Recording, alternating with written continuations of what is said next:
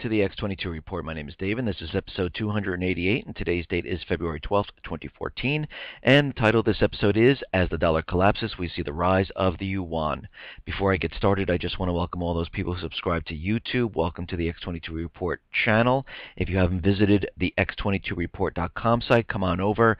There are many different things on the site. We have the Economic Collapse tab up top that shows a timeline of the economic collapse. I continually add to it. It is a high-level view of what has been going on. I also have inflation deflation. I track a couple of products to see if prices are going up or down. We also have the forum called The People, and this is like-minded people talking about the economic collapse that is completely free to join, and you can just go on there and read it if you don't want to join right away. If you're hesitant, no problem. But when you do join, all you need is some type of username and email address and no money or anything like that whatsoever. Also on the site during the day, I put up Sentinel alerts. I talk about different issues going on. I comment on these articles, and you can just come on over and take a look at those. And for those people who donated, I really appreciate it. It keeps the X22report.com site going and the forum going, so thank you very much. Let's get into the economic collapse news and what we are seeing out in the Eurozone. The industrial output has fallen, and the official figures show industrial output in the 17-nation Eurozone fell more than expected in 2013. It dropped around 0.7%, and the drop was higher than the forecast. And we understand that out in Europe and the rest of the world that has a private Western central bank, every single country is pretty much not doing well. Yes, they can manipulate numbers. They can pretend that we're in a recovery, that everything is okay. But if you really look across the Eurozone, you look into the U.S., you look at all the different countries, everyone is in a different place, of course. I mean, if you look at Greece and Cyprus, Spain, and France, they have very high unemployment. You look at the U.S., the numbers are manipulated, so we're looking at a 6.6% unemployment, and those are completely manipulated. The real unemployment is between 30 and 37%, depending on the calculation. Again, in Canada, Australia, all different numbers, the U.K., but what the common theme is most of these countries are in a housing type of bubble, that people are having a very rough time making ends meet. Retail sales are not there, and stores are closing, and we can see that the entire system is starting to fall apart. Many people are going into their savings. Many people are going to get payday loans just to pay for rent and food and other things. Or they're going to the government to get assistance. And we can see that this is spreading all over the place. Now, in the Bank of England, they're going to do a stress test just in case there is a property crash, because we understand that housing is rising, and the Fed in the United States has created this housing bubble. The UK has a housing bubble, and right now what the Bank of England is going to do is they're going to create this stress test, and they'll examine whether banks will need bailing out or bailing in, as seems more likely now if house prices materially correct again. Preparations have been or are being put in place by the international monetary and financial authorities, including the Bank of England, for bail-ins. The majority of the public are unaware of these developments, of course, and they have no idea what's going on. The test is being drawn up by the Bank Financial Policy Committee, whose members include Governor Mark Carney. Many UK banks are already overextended, and the real risk is that many banks would not be able to withstand house price falling. This heightens the risk of bail-ins, and we understand that the United States, along with England, created the FDIC, Bank of England, bail-in document. And then that document was taken in. Switzerland created their own. The Eurozone created their own. Australia created their own. Canada created their own. And we can see what is coming down the road here. They are testing to see how this bail-in document is going to work. They did the primary test with Cyprus. They believe that went well. People didn't riot. People didn't do anything. They were able to take 47% of the people's money, and everything seems to be great. They were able to keep capital controls in effect for a year now, and they are they believe that everything will be fine once they do this across the board in all these countries. And again, you do not create a document unless you're going to use it, because they see what is going to they see what's going to happen in the future. That all these banks, once this bubble pops, they will need to take the people's money out of the bank, because the governments will no longer give them the money. And this is why these documents were created. Now, here in the U.S., guess what? Mortgage applications dropped again, and they're hovering near a 19-year low. Purchase applications dropped by 5%, and they're back to their lows again. And the mortgage applications for home purchases have basically flatlined since the Fed began QE, and they hover now just above their lowest levels since 1995. And again, we can see what's happening. People just don't have the credit. They just don't have the disposable income. They just don't have the money in their savings to go out and purchase a home. So what did the government try to do? Well, they try to give 100% financing to anyone that's breathing. And that didn't work. So what else did they try to do? Well, now they implemented ARMS, which is the adjustable rate mortgage, to get people to come in at a lower interest rate with 100% financing, and that isn't working, because you have to remember, during 2008 we had millions and upon millions of properties, probably in the billions actually, of foreclosures and short sales. And again, all these people who had this problem, their credit was ruined. Again, then we had all these layoffs where people couldn't find work. That's where underemployment came in, because people had to take part-time work to make ends meet. And believe me, when you're working part-time, you're not saving up for a $200,000, $300,000, $400,000, $500,000 home. So we can see what is going on here. And again, we're seeing mortgage applications plunge, and most of the homes that were purchased were by hedge funds and investment companies. But the Fed and the banks, they already knew this. That's why they were laying off their mortgage departments in 2013. Between August and October, they laid off thousands and thousands of people. It was Wells Fargo, Citibank, Bank of America, 1-800 East Coast Mortgages, and they have downsized their mortgage departments. And again, if housing is booming, you don't downsize your mortgage departments. They already knew what was coming. They already took precautions, and that's why those people and those departments have shrunk down, because they understand that housing is going nowhere. And right now, it's flatlined, it's coming down, and the whole thing is about to implode on itself. Now, here we are again in February with the debt ceiling debate, but this time there is no debate. They decided that they're just going to raise it, because guess why? They have no choice. They cannot pay for all the programs that the government is supporting. They can't pay the interest on the debt because the tax revenue is not there. They can't pay for all the programs that are going on, so they have to continually borrow money. And of course, people around the world are looking at this going, this debt is really getting out of control. I don't know if they can support this much longer, and I'm wondering when this is going to collapse, where the people in the United States are looking like, oh yeah, thank God we can borrow more money, let's just keep doing that, where they don't realize there will be a stopping point where people around the world are going to say, okay, enough is enough here. They're just printing money like crazy, and the debt just keeps going up, and they have no revenue. They're not producing anything in manufacturing, and there's no jobs. So what is going on here? And believe me, other nations are seeing this. Russia's seeing this. China's seeing this. North Korea's seeing this. Iran, Syria are seeing this. Other nations around the world are seeing what is going on. Now, the title of this episode, this report, is As the Dollar Collapses, We See the Rise of the Yuan. Now, I've been talking about this a lot, and I just want to go down a timeline and why I continually say this. Let's go back to August 24th, 2012.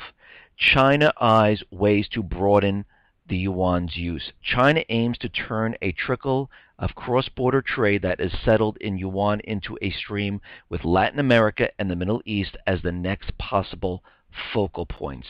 And this is what they did. They moved into Libya, Lebanon, and they tried to do this. The BOK governor calls for permanent yuan-won swap.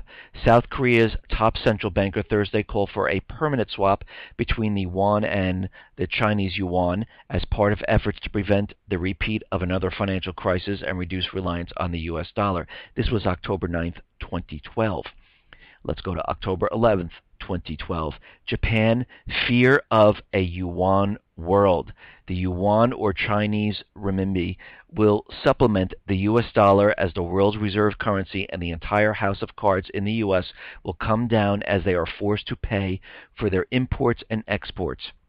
Japan sees this coming, and they might be the first nation to publicly declare their fear of a yuan world. November 12th, 2012. Aussies about to put another nail in the coffin of the U.S. dollar. Chinese and Australia central banks are considering direct trading between the yuan and the Australian dollar. November 16th, 2012. Yuan gains acceptance as the global currency. The internationalization of the yuan is gaining momentum as more and more companies in Asia and Europe show desire to use the currency in the next 6 months. March 4th, 2013. London's yuan push stirs hopes of Eurodollar style boom. A Bank of England pledge to help London become a global trading center for China's yuan has stirred talk of a revival in the city's fortunes, similar to the explosion of the U.S. dollar market in 1960s and 70s. Russian banks look to yuan bond market. This is March 11th, 2013. Russian banks are increasingly selling bonds in the offshore yuan market as growing demand allows them to borrow at cheaper rates and gives them a chance to diversify their funding basis. April 8th, 2013. China, Australia reach currency deal. Australia and China have agreed to allow each other's currency to be directly converted. Prime Minister Julia Gillard said Monday, starting Wednesday, the Australian dollar will be direct convertible into the yuan and vice versa. April 18th, 2013. Preparations underway for France-China currency swap.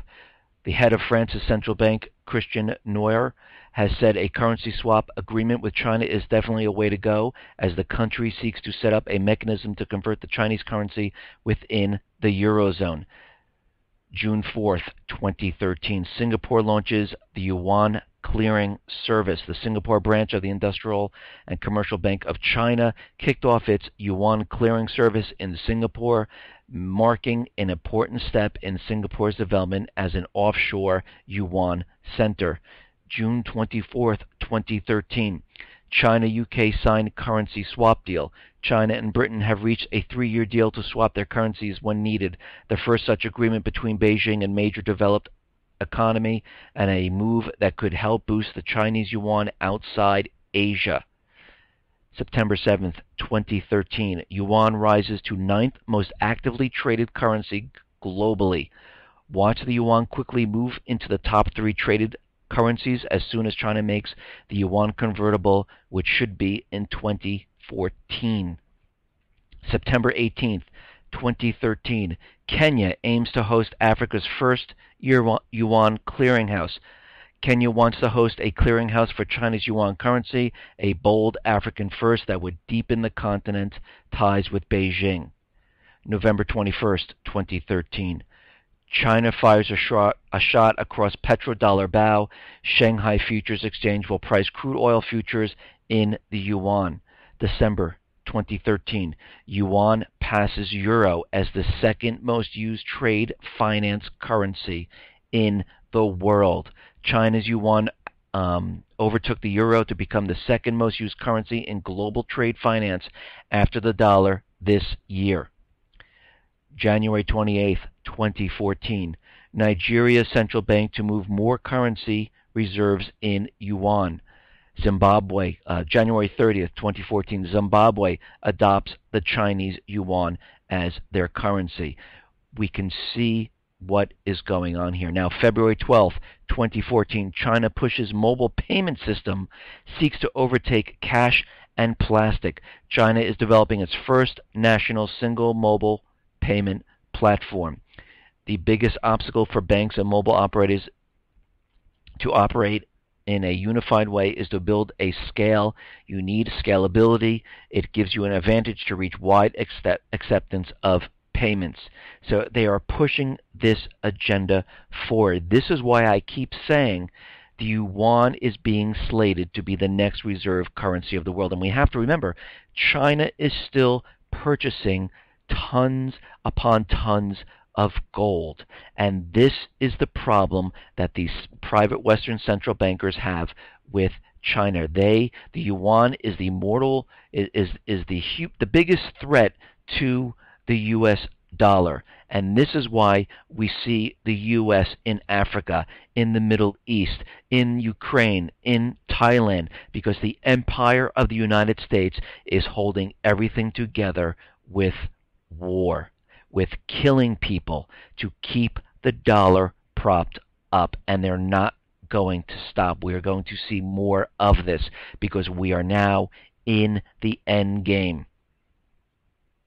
Now, China is pushing hard into Africa, and what they're saying is the gradual global shift away from the U.S. dollar and towards the Chinese yuan in Africa is now being pushed forward. This is the agenda of China, and we can see that African nations are going to start stocking up on the yuan, making it convertible. It will be adding it to their reserves while they're limiting the amount of dollars that they take on. The Bank for International Settlement, BIS, stated that the yuan joined the ranks of the most traded international currencies. The Chinese government has made it their agenda to increase the yuan's international use. China has become Africa's largest trading partner at this time. China has been encouraging the use of the yuan in trade transactions. Growing trade and investment ties between China and Africa drives the use of the yuan in many African countries. They are pushing this agenda forward. This is why the U.S. is in these countries, and France and the EU are in the countries in Africa. They are trying to put a stop to this, and this is why you see all the troops being placed into these nations. This is why Obama, I think it was last year, he flew down to South Africa to talk about what is going on and into the African nations, because they knew their agenda was to rally the troops to get all of this in place, because they knew what they had to do. They had to stop what was going on, and they're doing it with war. This is what they've been doing at this time. Okay, now Utah, we understand that the NSA has their data center located in Utah, and Utah legislators, what they are doing is they've created this bill that would begin the process of ending that deal, potentially crippling the NSA's ability to keep the facility functional. And again, this data center needs a lot of water to keep everything cool, and what they're saying is no water equals no NSA data. And what they're trying to do here is that the NSA was welcomed into Utah by politicians with a promise that their activities will be conducted according to the constitutional law of Utah. As we all know, that promise has been violated institutionally, repeatedly, and aggressively. And what they're saying is they didn't abide by the deal, the federal government, and now they're looking to pass legislation to push the NSA data center out of Utah at this time. Now, we understand that the U.S. and the Eurozone, they're all spending money on drones. And of course, they're all saying that the drones are there to protect the borders and we're going to put cameras on them. But again, other reports are showing that in a flick of a hand, they can mount armed weapons onto these drones. And we know that they absolutely can. But right now, the EU is investing hundreds of millions in secret spy drones. The EU keeps channeling money from taxpayers' pockets to provide for the development of the surveillance drones. More than 315 million euros has so far been spent in EU research funding on drone technology or drones geared towards specific purpose, such as policing or border control.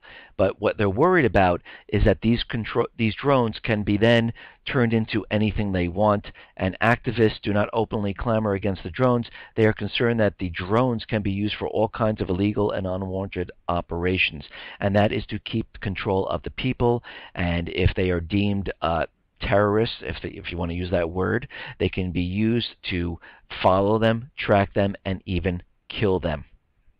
Now, back in the U.S., Homeland Security is set to purchase license plate tracking.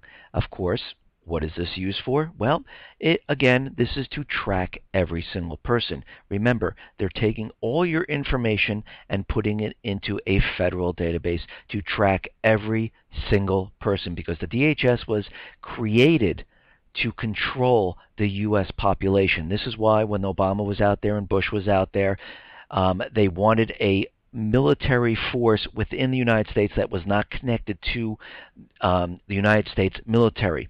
They wanted a military presence that they controlled. That's why the Fed has their private police force. This is why the government has their DHS, TSA police force.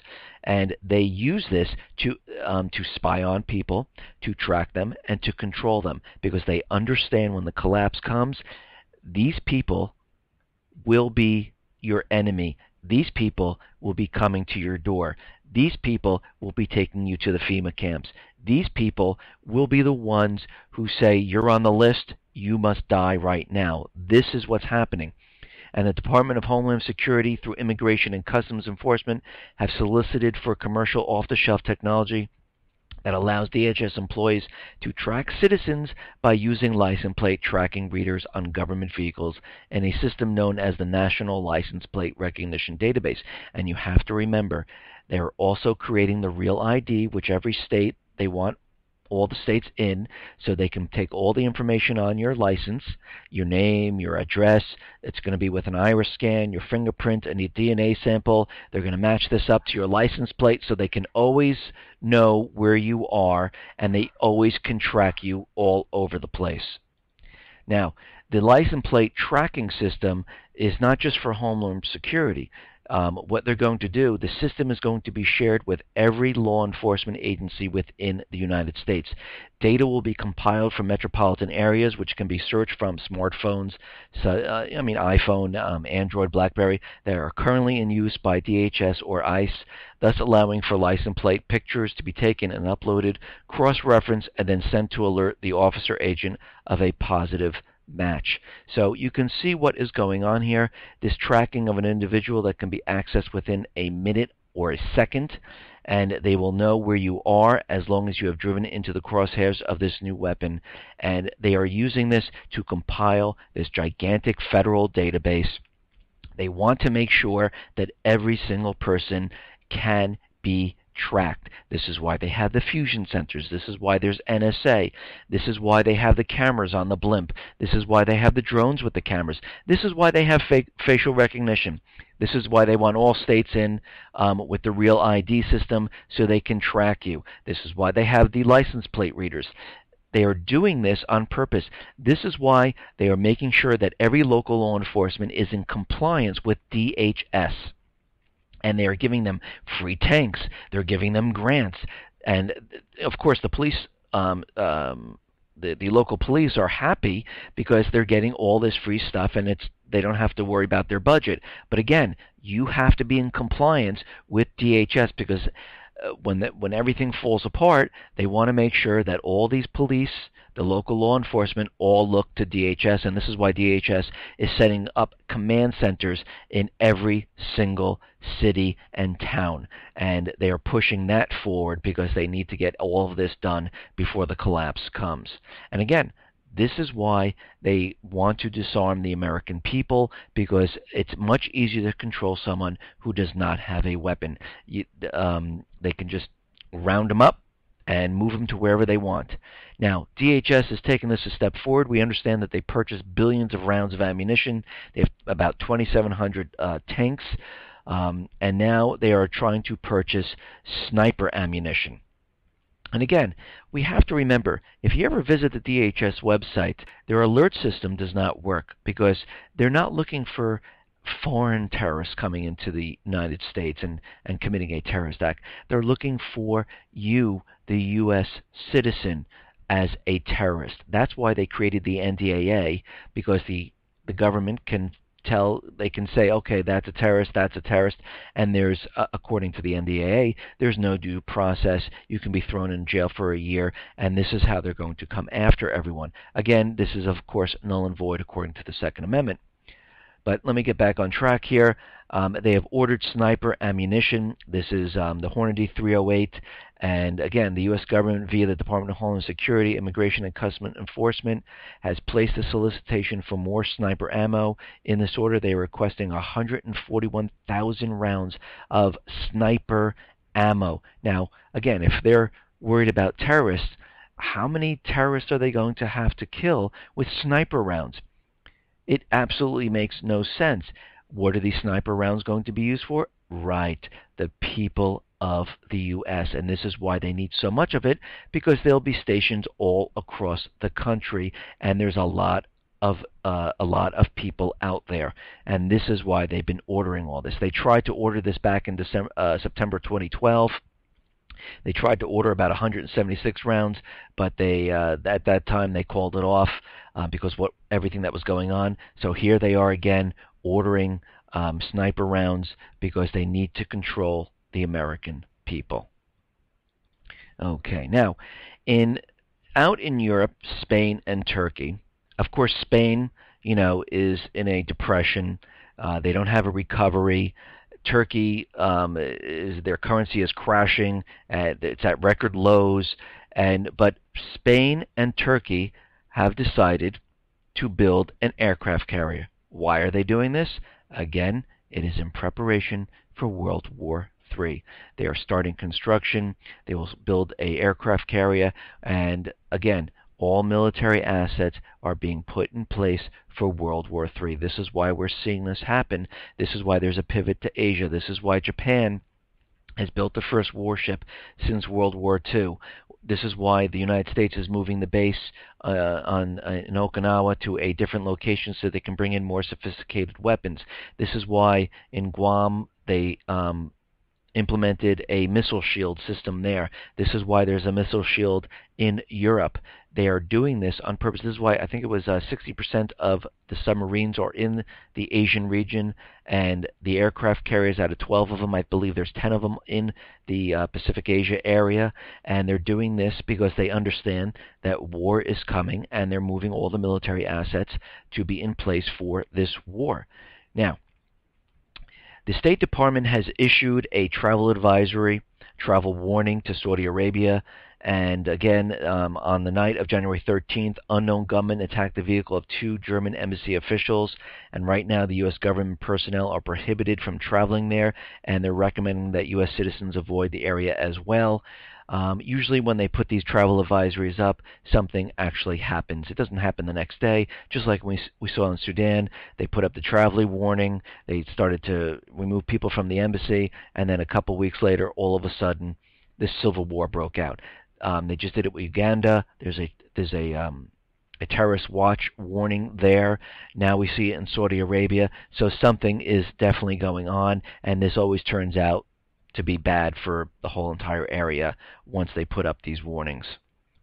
Now, we understand that Iran and the United States and many other countries have created this peace deal document, and what's strange about this document is that it's being shrouded in secrecy. And a leading House lawmaker is calling on President Obama to publicly release the full text of the recently signed Iran nuclear deal, which is currently being held under lock and key in a secure compound on Capitol Hill. Now, the question is, why is it so secret? What is in there that they don't want people to see? That is the big question.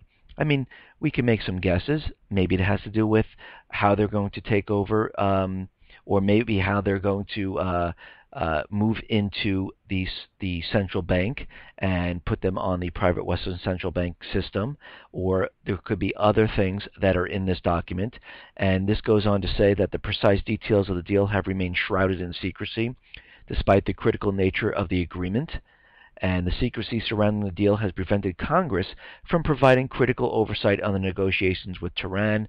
In order for Congress to properly perform its oversight functions and for the American people and our allies to have full and open debate on the issue, I respectfully request that you make public the full text of the deal. And the person who wrote that was Raz Litinin, and it goes on to say that people who want to actually read the document, they need to have special access to the area. They can't take any pictures of it. They have to leave all their phones. They have to have clearance, and they can only read the document and leave the document there in a special room. So it's very odd that they're doing this. So anytime the government has something that's secret that people can't see, they are definitely up to something, and something that they're doing is not legal, and this is why they don't want to show the people. And the White House is actually, and this is how you know there's a problem, or they're keeping something, because they're so paranoid that this information is going to be leaked.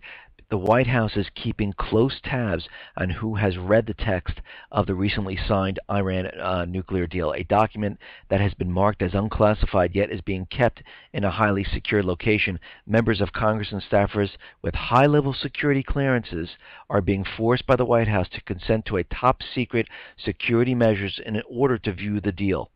So you know that something's in there that they don't want out, and we'll have to see how this plays out. And again, if they're making a deal and this is between another country and the U.S., this should be open to Congress and to the people of the United States, especially if it's not classified. So it's unclassified. It should be open and out to the public where everyone could read this.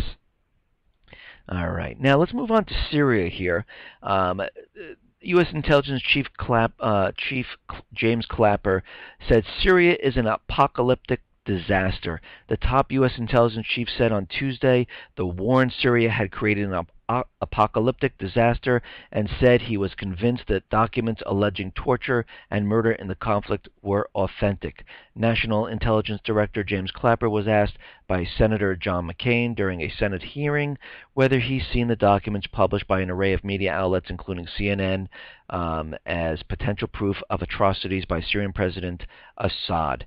Now, we can see what is happening right now. They're building this propaganda up. And of course, Clapper said that he believes that this report is real, and he believes that he actually did the crimes. Now, isn't Clapper the one who lied to the American people that he wasn't spying on them and violating the Fourth Amendment? Yeah, he was. And again, they are building this propaganda up because they understand that the Geneva II talks are going nowhere. Now, President Obama is out there, and you can see how this is building. He is out there saying that Russia needs to push Syria to fulfill its pledges on relinquishing its chemical arsenal. Syria must meet its commitments, and Russia has responsibility to ensure that Syria complies. Now, he's putting the blame onto Russia and onto Syria. Now, again, Russia is out there, and they're saying that no. The Russian-U.S. partnership on Syria that we agreed upon does not say that Russia pushes it. It says that Russia and the U.S. are together on this deal, and we're both agreeing that Syria needs to remove the chemical weapons. So Russia is not held responsible for this, and neither is the U.S. because we've done this jointly. So we're both together responsible for what happens in Syria. But again, the president is switching blame to Russia to make sure these chemical weapons are removed. Now, the Geneva II talks, as we know, and I mentioned this many times in the reports, have gone nowhere, and they're not going anywhere. Nothing's going to happen here, because what has happened is the Syrian opposition presented a plan to Assad's government in Syria.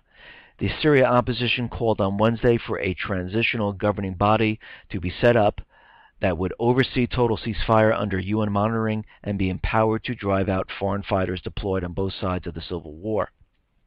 The classified paper was presented to international mediator and a Syrian government delegation at a joint session held at peace talks in Geneva.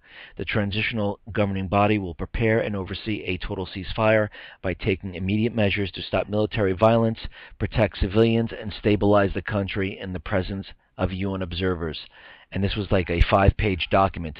Basically what this is saying, and if you notice they didn't mention Assad, Assad is completely out. He'll be removed. A puppet regime will be put in its place. They will also then take all the natural resources, put them on the U.S. dollar, and this is how they're trying to get in there. And of course, the Assad government did not respond to this whatsoever, because there's no way that he's just going to say, okay, you know what? I give, you guys come in, I'm out, see you later. It's not going to happen. And this is why they've been building up all this propaganda, because eventually what's going to happen is they're going to have to figure out a way to get into Syria to remove Assad. And the only way to do this at this time, and there's many different ways. I shouldn't say that. There are many different ways. But we have to look at the most effective ways that they're going to do this. Yes, they can use the UN. They can try the war crime route, try to get the UN to go in there with no evidence whatsoever, because they don't have any evidence. There's no documentation. It's all corporate media reporting this, and there's absolutely no documentation that actually proves anything. Just like the chemical weapon false flag that we saw, there was actually no proof whatsoever, and that's why that whole thing fell apart. So what they're going to have to do is they're going to have to take it to the next step, and we know what that is. That is a false flag event. Now, right now, what we are seeing, and a report came out, and I think everyone remembers that, Target, Neiman Marcus, and many other stores were hit by cyber attacks, and this is in preparation for the doomsday cyber attack that I've been talking about. They just want to make sure that people are aware of this. Of course, they can't figure out who did this. They don't know any information, but don't worry. They did a whole report, and with combined efforts of the FBI, DHS, they've come to the conclusion, and with all their research and everything, that bringing, what they did was they brought all their information together, and all their knowledge, and the report demonstrates there is no evidence of a coordinated effort, whether by criminal groups or nation states, to harm the U.S. economy. Now, that to me sends up a red flare. Why would they bring up that point? It's almost like when the Syrian Electronic Army allegedly cyber attacked CNN, and they said, oh, China is dumping the treasury bonds. The Syrian Electronic Army wouldn't do that if there is such a thing. They wouldn't care about that. They would care about their issues. Again, this report, as they're stating, says that it's not to harm the U.S. economy, is telling me that they're going to start to build this propaganda up. And again, they don't know who did this. They're just building this up, and this kind of is telling me that something is about, or very soon going to happen, in regards to a false flag event, because it's just very odd that there's no criminal. There's no groups or nation. So who did this? Just one person? One person went out and did this? They can't even find the people. And we all know who did this. It was them. They're the ones who set this whole entire thing up. This is why when they're looking into it, they can't find anything, because it was, whatever agency it was that did this attack, because they're trying to build the propaganda. And of course they're saying the only reason they did this was to make a whole lot of money.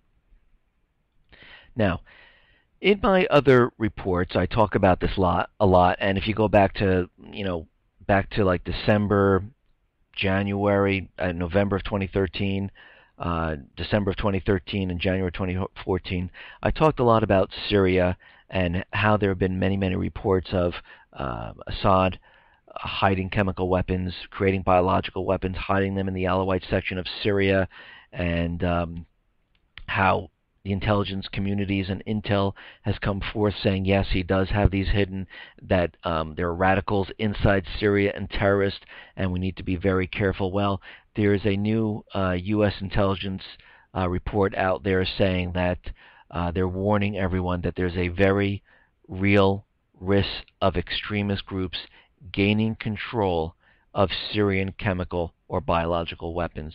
They are definitely pushing this agenda forward for the false flag event. The current instability in Syria presents a perfect opportunity for Al-Qaeda and associated groups to acquire these weapons of mass destruction. So what are they doing here? Well, they're doing two things. They're trying to build the case where Syria is unstable, that there's terrorists inside, and they could be used. These weapons that supposedly Syria has can be stolen by Al-Qaeda and then be used here in America. So what they're going to try to do is they're trying to bring this to the UN and say we need to go into Syria to stop these terrorists, or we need to go without the UN. We need to go into Syria to stop these terrorists so they don't commit these terrorist acts with these chemical and biological weapons. That's the first thing they're going to do. If that doesn't work and no one goes along with this, which I don't believe they will, the next step is going to have these weapons used here in the United States. We could see a chemical, biological, and cyber attack. As we're so close to an economic collapse, and the report saying that this recent cyber attack, was not aimed at destroying the U.S. economy. We can see where this is all going. They're going to use this so they can get into Syria, and it will cover up the economic collapse, because they'll blame it on another country. They will use a cyber attack. They will probably use biological, because as I said in my other reports, they have bids out and companies have already started developing anti-biological weapon remedies. And we can see how they're going to be pushing this agenda forward. And every day now we see more and more information come out, more of this propaganda coming out, because they are preparing everyone out there about what is about to come. And that is a false flag event. Now, most of the people won't understand that it's a false flag event. They'll just think, oh my God, Syria just attacked us in New York, in Chicago, in LA, in Houston or Dallas, in Miami, and they used chemical, they used biological, they hit the financial system with a cyber attack. The banks have to be closed down. Stock market is going haywire, so that's closed down. They just reported that they're siphoning money off now, and the economy is collapsing right now, and the stock market's taken a dive, and you can see how they're building this up. Then all of a sudden, thank God we had these bail-in documents. Of course, the rest of America and Europe and Canada and Australia, most of the people don't know about this, and they'll say, oh, we have these bail-in documents, so what we're going to have to do is we're going to have to put all these banks on bank holiday because, we don't get any more bailouts from the government, and we're going to have to lock them down, put capital controls in effect, and start siphoning your money off. And don't worry, we'll only take about 8%. And, of course, that will turn into about 50% as time goes on.